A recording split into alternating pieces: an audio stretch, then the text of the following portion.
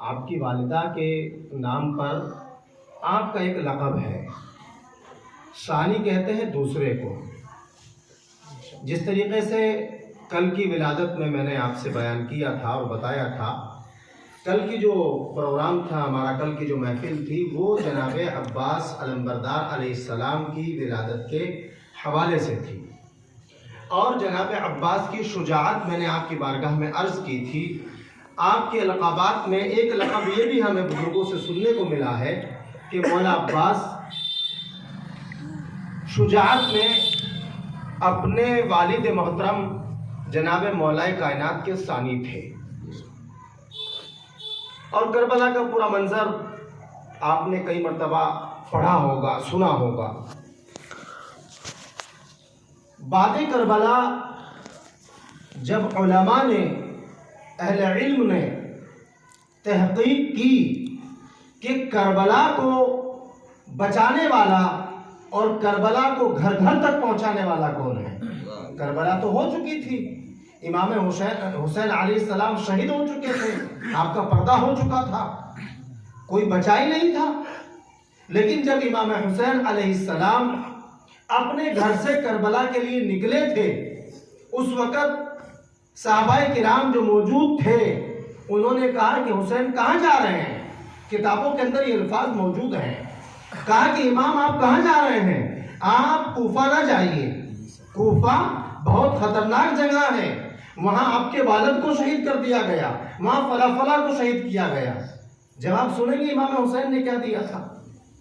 آج کچھ لوگ کیا کرتے ہیں، جب کوئی آپ نیک کام کرتے ہیں نا اہل بیت علیہ السلام کے لیے، آپ امام بارگاہ بنا رہے ہیں، آپ محفل کر رہے ہیں، آپ مجلس کر رہے ہیں، لوگ بہت سارے اعتراض کرنے کے لیے آپ کے پاس آئیں گے، لیکن جن کے پاس اعتراض کرنے کی ہمت نہیں ہوتی وہ آپ کی محبت میں آ کے اعتراض کرتے ہیں۔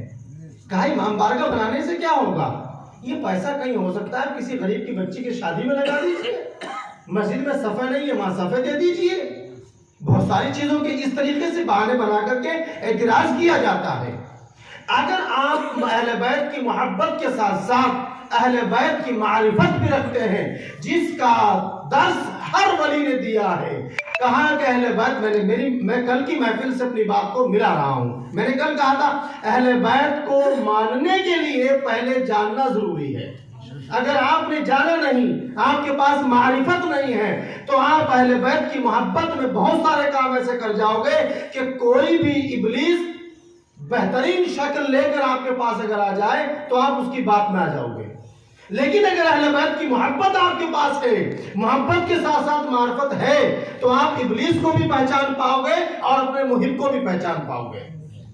عزیزان محترم، بہت سے ابلیس، اور یاد رکھنا آج کا یزید، جناب زینب نے یزید کے دربار میں یزید کو اتنا ننگا کیا کہ آج جس کے اندر یزید کی جراثیم موجود ہے وہ یزید بن کر آپ کے پاس نہیں آئے گا، بلکہ وہ حسینی شکل لگا کر آپ کے پاس آئے گا۔ اس کا مشن یزیدی ہوگا لیکن کردار حسینی لے کر آئے گا۔ پوچھ لیجئے، محفلیں ہوتی ہیں، مجلسیں ہوتی ہیں، نعرے لگتے ہیں خوب، امام حسین زندہ باد اور مسلک فلاح، اور یہ بہت سارے نعرے لگتے ہیں، مجھے کسی سے کوئی اعتراض نہیں ہے۔ لیکن مجھے آپ یہ بتائیے، آپ نے 4 گھنٹے 5 گھنٹے تقریریں کی، اپنے جلسے کا نام آپ نے گنبد خضرا رکھا، آپ نے اپنے جلسے کا نام کانفرنس ناموں سے محمد رکھا، کانفرنس ناموں سے رسالت رکھا، آپ نے بہت سارے نام رکھے، 5 گھنٹے آپ کا جلسہ چلا، آپ نے اس 5 گھنٹے جلسے میں کیا تذکرہ کیا رسول کا؟ 1 2 3 بس۔ رسول کی کملی ایسی تھی، یہ تذکرے ہوتے ہیں نا آپ کے ہاں، رسول کی مسواک ایسی تھی، وہ ایک اتنی سی مسواک جو رسول کی تھی، وہ مسلمانوں کو سب کو یاد ہے، سب کو یاد ہے، اور وہ کملی جو رسول اٹھایا کرتے تھے وہ کملی مسلمانوں کو یاد ہے، لیکن اس کملی کے نیچے کون کون تھا یہ مسلمان بھول گئے۔ کیوں بھولے بھائی؟ کسی چیز کو یاد رکھنا جب تک اس کی آپ کے پاس معرفت نہیں ہے، کیا ہوا؟ پریشانی کیا ہوئی؟ طریقے سے ہوائیں چلی۔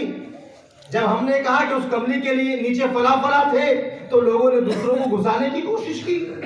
جب آپ کے پاس اس کا علم ہوگا، معرفت ہوگی، آپ کسی کو بھی گھسنے نہیں دو گے۔ اور اگر کوئی گھسے گا تو اسے کیا کہیں گے؟ اسے کیا کہیں گے؟ آپ کا مکان ہے، آپ مالک ہیں اس کے، یا آپ کا کھیت ہے، جو بھی ہے، آپ نے مکان بنایا، اس میں پیسے لگائے، آپ نے روپیہ لگایا، اور میں اگر جا کر کے اس پہ قابض ہو جاؤں، آپ کی بغیر اجازت کے میں اس میں چلا جاؤں، تو میں کیا کہلاؤں گا؟ بولو بھائی، آپ کی نظر میں کیا کہلاؤں گا؟ جی، گھسپیٹیا کہلاؤں گا نا، غاصب کہلاؤں گا۔ اور گھسپیٹیوں کا انجام آپ جانتے ہو کیا ہوتا ہے؟ جانتے ہو؟ ایک مثال دے دوں آپ کو۔ ہمارے برابر کا جو ملک ہے پاکستان، کردار تو اس کے بہت غلط ہے۔ سب سے بہتر اور سارے جہاں سے اچھا، علامہ اقبال صاحب نے کہا کہ سارے جہاں سے اچھا ہندوستاں ہمارا۔ کیوں کہا؟